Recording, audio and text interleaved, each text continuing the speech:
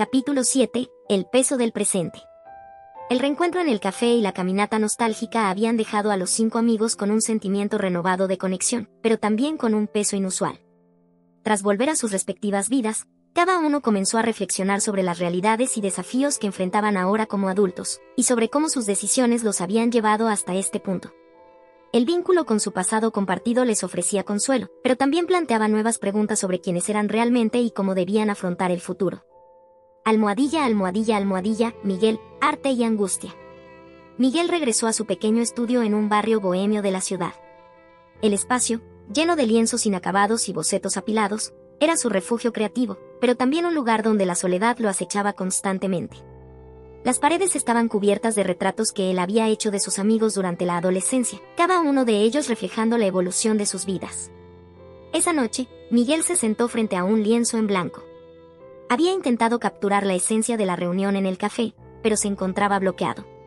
Sus emociones estaban confusas. Por un lado, sentía alegría de haber vuelto a ver a sus amigos, pero por otro, se sentía atrapado en su propia vida.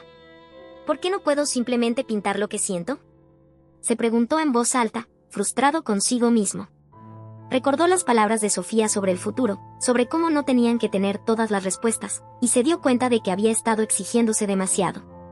Había asumido que, al alcanzar cierto nivel de éxito en su carrera artística, encontraría automáticamente la paz interna. Pero en lugar de eso, se sentía más inquieto que nunca. Quizás es hora de dejar de buscar respuestas y simplemente crear por el placer de crear, pensó. Decidió dejar de lado sus preocupaciones y simplemente comenzó a pintar, sin un plan claro, permitiendo que sus emociones guiaran el pincel. Lo que surgió fue una obra abstracta, llena de colores intensos y formas caóticas, un reflejo de su estado interno. Al terminar, sintió una extraña sensación de alivio, como si hubiera liberado una parte de sí mismo que llevaba mucho tiempo reprimida. Almohadilla, almohadilla, almohadillas, Lucía, música y decisión. Lucía, por su parte, volvió a su rutina diaria en la Universidad de Música donde estudiaba piano clásico. A pesar de su amor por la música, había comenzado a cuestionar si realmente era feliz en ese entorno tan estricto y estructurado. Sentía que el arte de Miguel tenía una libertad que a ella le faltaba. Unos días después del reencuentro, Lucía estaba en una sala de práctica, repasando una complicada pieza de Chopin. Las notas resonaban en la habitación vacía, pero su mente estaba en otro lugar. Pensaba en lo que Miguel había dicho sobre encontrar su voz artística, y se dio cuenta de que, aunque había logrado mucho, había sacrificado una parte de sí misma en el proceso. De repente, dejó de tocar y cerró la tapa del piano con un movimiento brusco. Sentía que la música que estaba interpretando no reflejaba quién era realmente. Necesito encontrar una manera de combinar lo que me enseñan aquí con lo que siento en mi interior, murmuró para sí misma.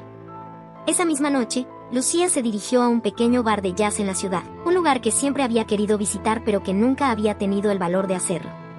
El ambiente era totalmente diferente al mundo académico al que estaba acostumbrada, íntimo, relajado y lleno de improvisación. Se sentó en una mesa cerca del escenario, escuchando a los músicos tocar, y por primera vez en mucho tiempo, se sintió inspirada. Mientras los músicos tocaban, Lucía comenzó a imaginar cómo sería mezclar su formación clásica con la libertad del jazz. La idea la emocionó y aterrorizó al mismo tiempo, pero sabía que debía explorar esa posibilidad. En ese momento, decidió que su música debía cambiar, que debía arriesgarse a ser más auténtica, aunque eso significara desafiar las expectativas de sus profesores y compañeros. Almohadilla, almohadilla, almohadilla, Camila, el reto de la confianza. Camila, por otro lado, había encontrado en la fotografía una forma de expresarse que no requería palabras. Había comenzado a trabajar como fotógrafa en un periódico local, capturando la esencia de la vida cotidiana en la ciudad.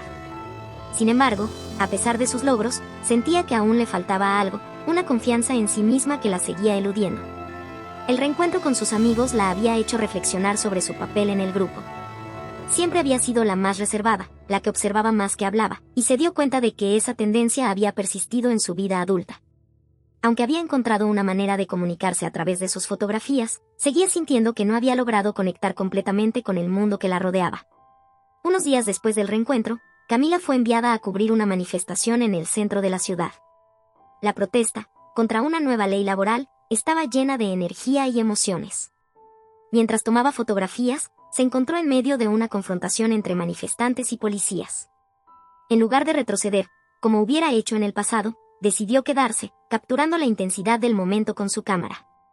Al revisar las fotos más tarde esa noche, se dio cuenta de que había capturado algo especial: la lucha, la esperanza y la desesperación en los rostros de las personas. Por primera vez, se sintió verdaderamente orgullosa de su trabajo, no solo por la calidad de las imágenes, sino porque había enfrentado su miedo y había permanecido firme en una situación difícil. Tal vez el primer paso para confiar en mí misma es atreverme a estar presente en el momento, sin retroceder, pensó. Decidió que su próxima meta sería realizar una exposición de sus fotografías, un proyecto personal que le permitiría mostrar su visión del mundo y, al mismo tiempo, salir de la sombra que sentía que la envolvía. Sofía, la carga de liderazgo. Sofía, después de la reunión, regresó a su trabajo en una organización no gubernamental que se dedicaba a ayudar a comunidades desfavorecidas. Su papel como coordinadora de proyectos la mantenía ocupada, pero también la agotaba emocionalmente. Había asumido la responsabilidad de cuidar de los demás desde su infancia, y ese patrón continuaba en su vida adulta.